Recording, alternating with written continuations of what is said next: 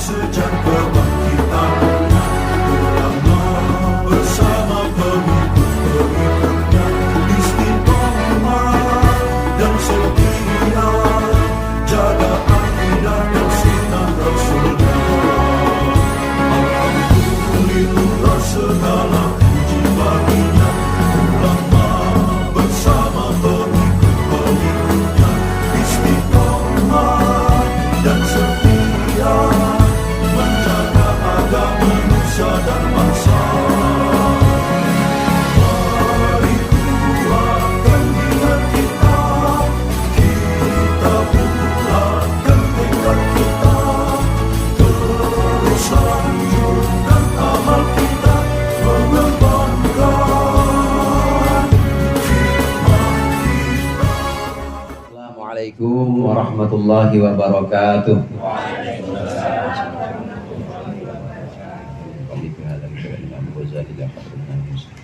Al-Fatihah. Bismillahirrahmanirrahim. Alhamdulillahirrahmanirrahim.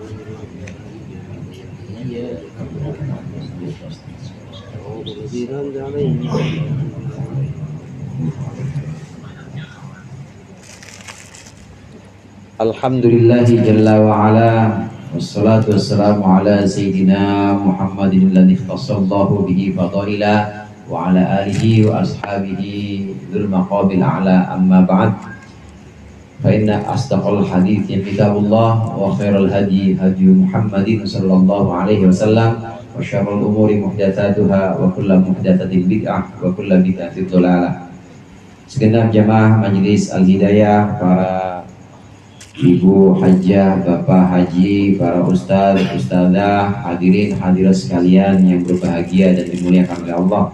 Alhamdulillah malam hari ini kita berkumpul kembali membawa nikmat iman dan Islam serta kesehatan, sehingga kita bisa melaksanakan rutinan kita mengaji kitab Bidayatul Hidayah. Mudah-mudahan apa yang akan kita baca menjadi ilmu yang bermanfaat dunia akhirat, amin ya rabbal alamin. Melanjutkan pembahasan yang lalu masih tentang takabur, kadang disebut juga dengan kibr. Kibrun itu kebesaran, takabur juga membesarkan diri. Orangnya namanya mutakabir. Takabur ini muncul awalnya adalah dengan menganggap diri sendiri lebih mulia dibanding orang lain, hingga muncul dalam ucapan, muncul dalam sikap. Dalam ucapan biasanya orang takabur muncul duanya, muncul akunya, aku lebih mulia dibanding dia, aku lebih mulia dibanding engkau, muncul akunya, takabur namanya, orang yang mutakabir. Dari sikap ini biasanya ketika dia memperlakukan orang, ini diperlakukan dengan hina orang tersebut. Ketika dia memberikan nasihat, maka nasihat-nasihatnya ini terlihat menghinakan orang yang dinasihati. Ada dalam pembahasan berikut yang akan kita baca. Bismillahirrahmanirrahim. Qala al-muallifu rahimahullah wa nafa'ana bihi wa bi ulumihi fid dharaini. Amin. Wal mutakabbiru huwallazi in wu'idha anifa. Orang yang takabur, yang sombong adalah orang yang in wu'idha anifa, jika diberi nasihat anifa maka dia enggan. Wa in wa'adha, dan jika memberikan nasihat anufa maka dia galak atau kasar. Orang takabur, sombong, ini kalau dikasih nasihat nggak mau. Kenapa dia menolak nasihat? Karena dia sudah dari awal sudah menyatakan atau sudah menyikapi bahwa aku lebih mulia dibanding yang ngasih nasihat, aku lebih mulia dibanding ustadz, aku lebih mulia dibanding guru, aku lebih mulia dibanding orang tua itu. Karena dia sudah kasih standar yang tinggi seperti itu, bahwa aku lebih mulia dari dia, maka nasihat gak akan masuk. Dia enggan menerima nasihat. Ini dari sikap akan muncul seperti ini. Akan muncul orang takabur, itu orang yang enggan diberikan nasihat pasti ditolak. Orang ide, punya usul apa aja pasti ditolak. Usul baru ini yang enak mah, di yang ngaji dikasih transport, bisa mampu. Usulin aja sama Pak RW. Nah Pak RW yang diberikan usulan, Pak RW nanti saya tampung, saya pertimbangkan nanti. Nah, kalau begitu berarti tawadhu, tidak takabur. Kalau takabur udah enggak, kalau takabur pokoknya ide apaan sih, usul apa, tahu apa ente sama ini sama urusan keuangan, udah diem-diem aja. Nah, yang seperti itu menolak dengan dasar dia lebih mulia, dengan perasaan dia lebih mulia dibandingkan memberikan nasihat, maka namanya mutakabbir atau takabur. Ketika dia memberikan nasihat, galak. Ketika dia memberikan nasihat, orang harus terima. Pokoknya kalau nggak terima, gua pites. Kalau nggak terima, pokoknya gua pecat. Harus terima nasihat, harus terima saran ide gua. Ini orang takabur. Ngasih nasihat ini kudu diturutin, tapi kalau dia dengerin nasihat atau diberi nasihat, ini dia nggak mau. Muncul dalam sikap seperti ini. Kesombongan, kesombongan atau takabur ini muncul bisa lewat ucapan, bisa lewat sikap. Ada beberapa gambaran memang Bapak dan Ibu, orang yang merasa bahwa diri, orang yang merendahkan orang lain, tapi dengan keyakinan bahwa sama, saya juga rendah, nggak takabur. Nggak takabur. Orang merendahkan, misalnya merendahkan saudaranya sendiri. Lagu apa begitu Ustaz? Nah, katanya Ustaz, tapi begitu. Ya saya juga emang belum sempurna sih, tapi ya sama-sama lah, saya sama dia emang sama-sama ada jeleknya. Nah, yang begitu nggak takabur, karena masih merasa saya juga punya kejelekan. Atau sama, artinya sama, dia memandang orang hina, tapi dia juga memandang dirinya hina. Kalau yang pertama tadi, dia memandang orang lain hina tanpa merasa bahwa dia lebih mulia. Yang kedua, dia memandang orang hina dan memandang dirinya hina juga. Ini bukan takabur. Takabur itu bagaimana? Takabur itu memandang orang hina, orang itu penuh celah, penuh kenistaan, sambil merasa bahwa saya yang suci, saya yang paling benar. Ini takabur. Kalau sudah muncul seperti ini, maka namanya orang yang sombong. Nanti lisannya atau ucapannya muncul keakuannya, gua, saya, aku. Kemudian dalam sikap ini akan muncul sikap yang keras. Kalau memberikan nasihat harus diterima, tapi kalau dinasihati dia nggak mau. Orang takabur punya efek atau punya keluarannya itu, outputnya itu akan muncul dari sikap dan juga dari ucapannya. Ada batasan yang mudah. Ini untuk nasihat kepada kita masing-masing. Memang kalau ngaji itu Bapak dan Ibu, pertama kali adalah buat nasihatin diri kita sendiri. Setelah menasihati diri kita, baru menasihati orang lain. Lihat dari dalam diri kita, mulai dari diri kita, ada nggak sifat ini? Di sini dituntun oleh Imam Ghazali, fakullu man ra'a nafsahu khairan min ahadin. Maka setiap orang yang melihat dirinya lebih baik dari orang lain, min khalqillahi, dari makhluk Allah Ta'ala, fahuwa, maka orang itu mutakabbirun, sombong. Orang yang menganggap bahwa dirinya lebih baik dibanding orang lain, sombong. Begitu gampang batasannya. Dalam diri kita, kita merasa bahwa diri kita ini lebih baik dibanding si fulan, sombong berarti. Dalam diri kita ada perasaan, ada keyakinan bahwa saya ini lebih baik, sehingga lebih pantas kalau diundang kemana-mana harusnya turut mengundang, ada saya. Nggak boleh nggak ada saya. Ngapain itu ditempelin segala Pak RW, RT segala turut mengundang, saya enggak. Padahal saya sekretaris lurah misalnya begitu. Padahal saya lebih tinggi. Nah, dia merasa lebih mulia, sombong. Orang yang merasa bahwa dia lebih mulia dibanding orang lain, maka dia adalah orang yang sombong, orang yang takabur. Lalu bagaimana solusinya? Bagaimana cara kita untuk mengusir, menghilangkan perasaan ini, perasaan bahwa kita lebih mulia dibanding orang lain? Caranya, bal yang bagi laka an ta'lama annal khaira man huwa khairun indallahi ta'ala. Maka seyogianya engkau melihat, seyogianya engkau meyakini annal khaira man huwa khairun indallahi ta'ala, bahwa sesungguhnya orang yang baik itu adalah orang yang baik di sisi Allah, fi daril akhirati, nanti di akhirat. Wa dzalika ghaibun, dan itu yang demikian akhirat, ghaibun itu adalah perkara gaib, perkara gaib. Wa huwa mauqufun, dan itu Mauqufun diberhentikan, mauqufun tuh pending, ditunda alal khotimati, nanti pada pungkasan atau pada waktu akhirnya. Artinya waktu akhirnya nanti ketika sudah meninggal atau sudah finish. Kalau sudah finish baru bisa ditentukan. Fa'tiqaduka fi nafsika, maka keyakinanmu bahwa dirimu annaka khairun, bahwasannya engkau lebih baik min ghairika, dibanding orang lain, itu jahlun mahdun, itu kebodohan yang murni, benar-benar bodoh. Hendaklah kita meyakini bahwa yang namanya baik, mulia, terhormat itu adalah orang yang baik, mulia, terhormat di sisi Allah nanti di akhirat, bukan di sekarang, bukan di dunia sekarang ini, bukan. Kalau di dunia kita melihat bahwa orang itu mulia, orang itu dihormati, dia kelihatan baik, ya kalau kita untuk menimbang, untuk memandang orang lain boleh. Jangan kita memandang diri kita bahwa diri kita lebih baik, bahwa diri kita lebih mulia atau layak dihormati, jangan. Kalau untuk orang lain, artinya kita menilai orang lain, silakan, boleh. Kita bagian dari husnuzon atau bagian dari baik sangka, maka hendaklah kita memandang orang memang ini orang mulia, ini orang baik, ini orang memang layak dihormati. Wajib atau bagus kita punya sikap seperti itu. Jangan untuk diri kita sendiri, jangan kita merasa bahwa diri kita mulia, diri kita baik.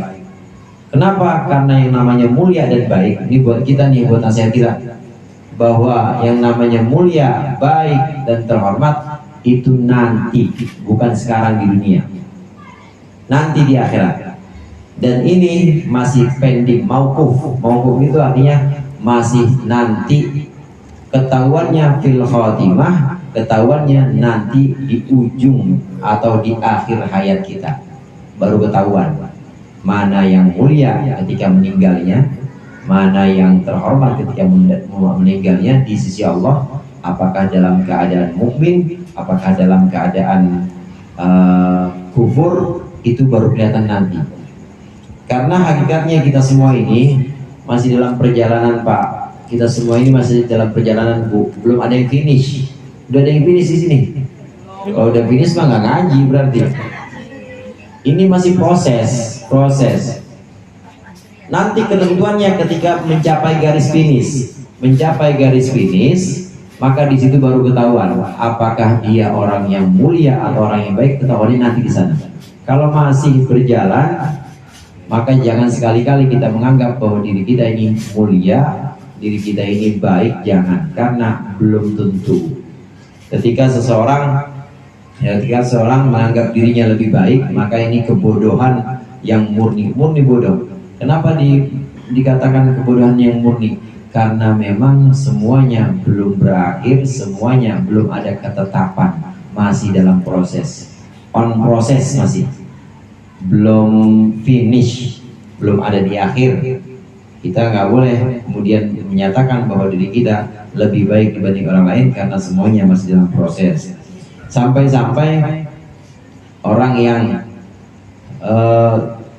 menghilangkan takabur dalam dirinya, maka harus melihat orang yang lebih tua dibanding dia, maka harus dipandang bahwa orang ini umurnya lebih banyak dari aku, pasti ibadahnya lebih banyak dari aku. Harus begitu.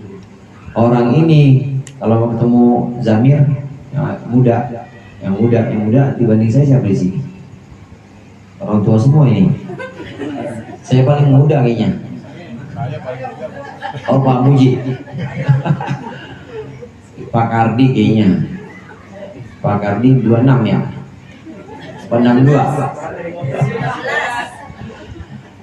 Kalau melihat yang lebih muda, Zamir misalnya, yang lihat anak kecil, maka harus kita yakini dalam hati kita, ini anak masih usianya 3 tahun, 4 tahun, pasti belum ada dosanya.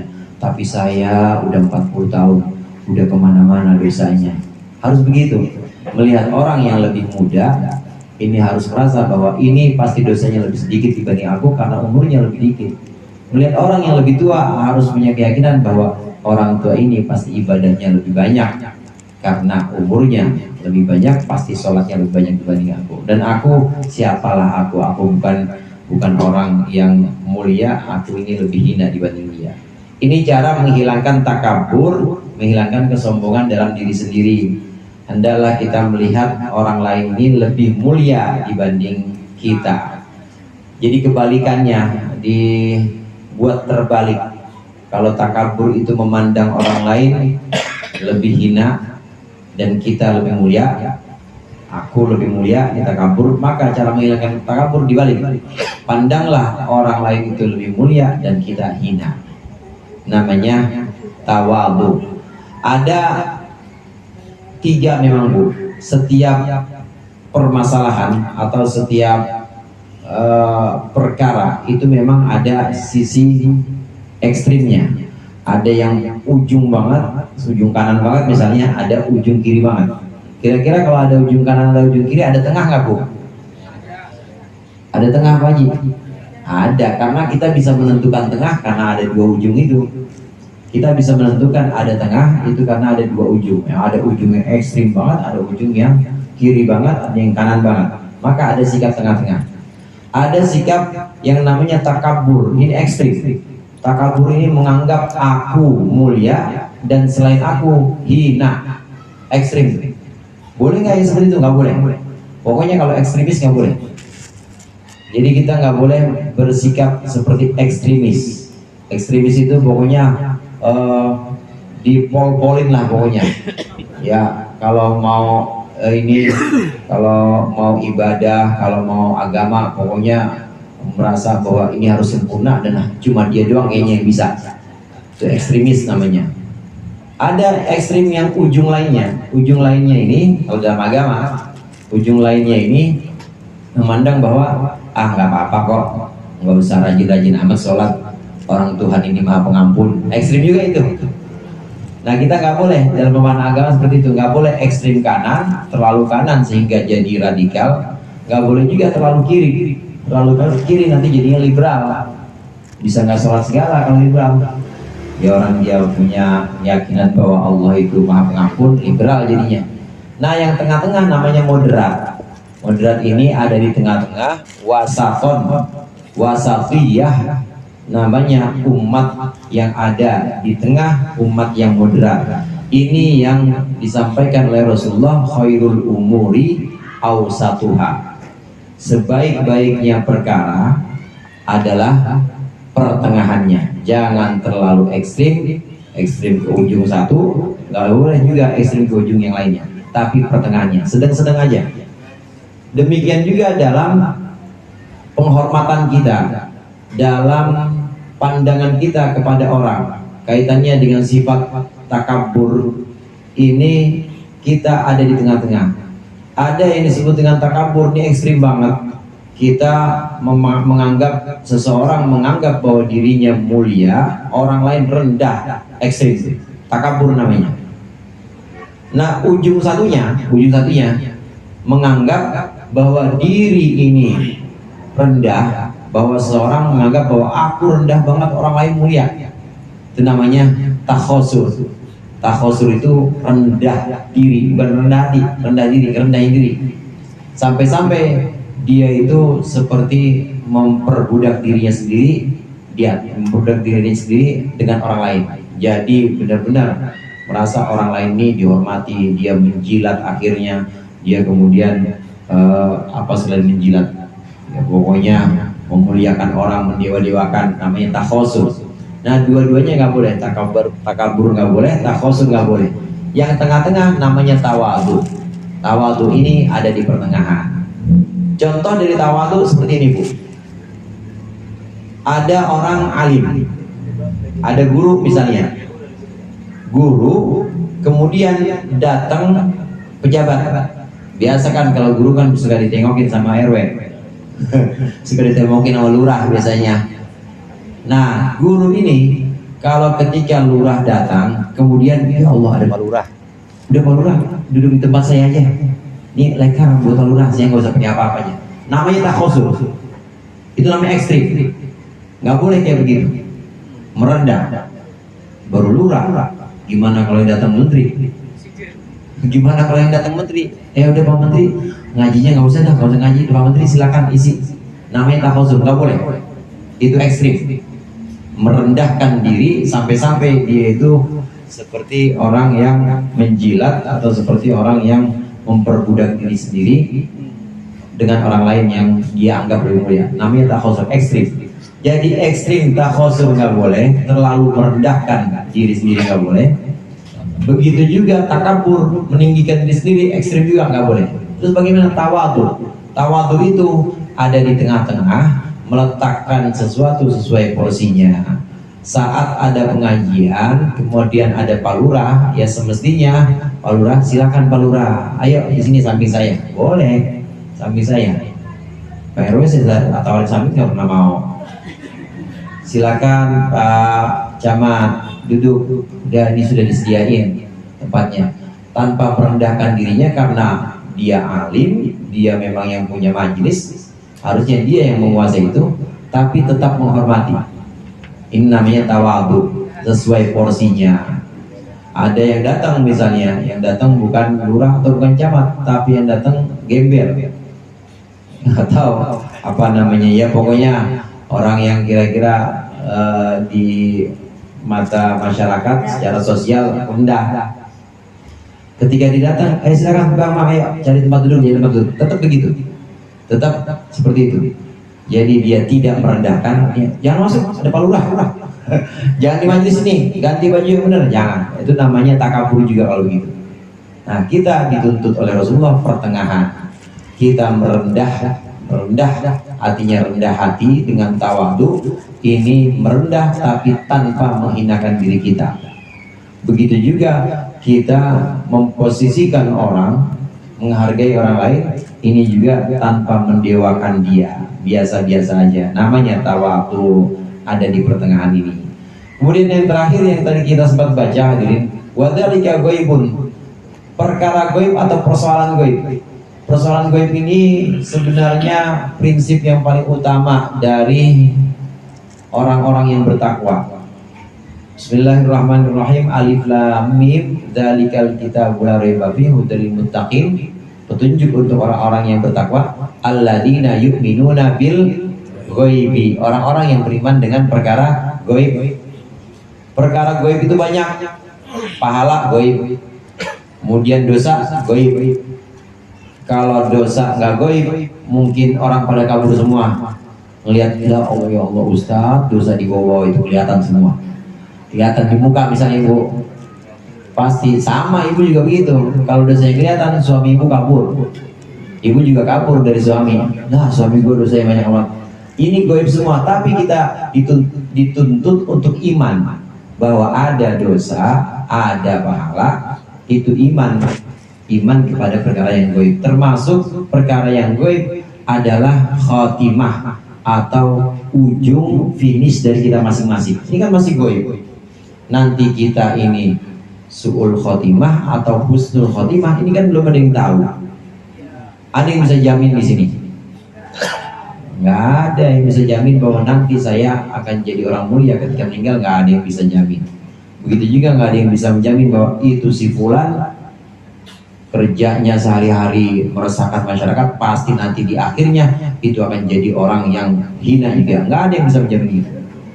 Karena tidak ada yang menjamin ini perkara yang gaib, maka hendaklah kita tidak gerasa gerusu atau kita tidak segera, apalagi sampai menghakimi orang, merendahkan orang.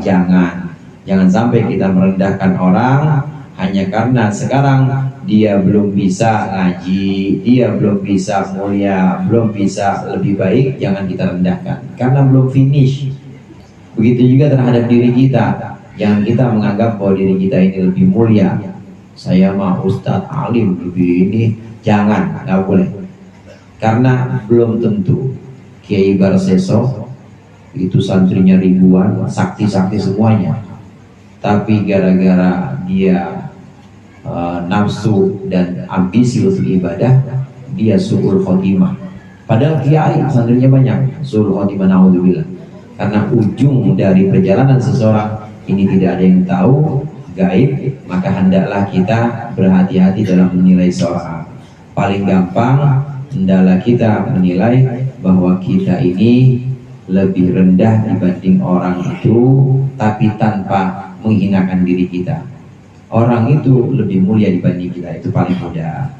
Demikian untuk kesempatan kali ini, mudah-mudahan bermanfaat. Lebih kurangnya saya mohon maaf. Wallahul muwaffiq ila aqwamit thoriq. Wassalamualaikum warahmatullahi wabarakatuh. Ya, demikianlah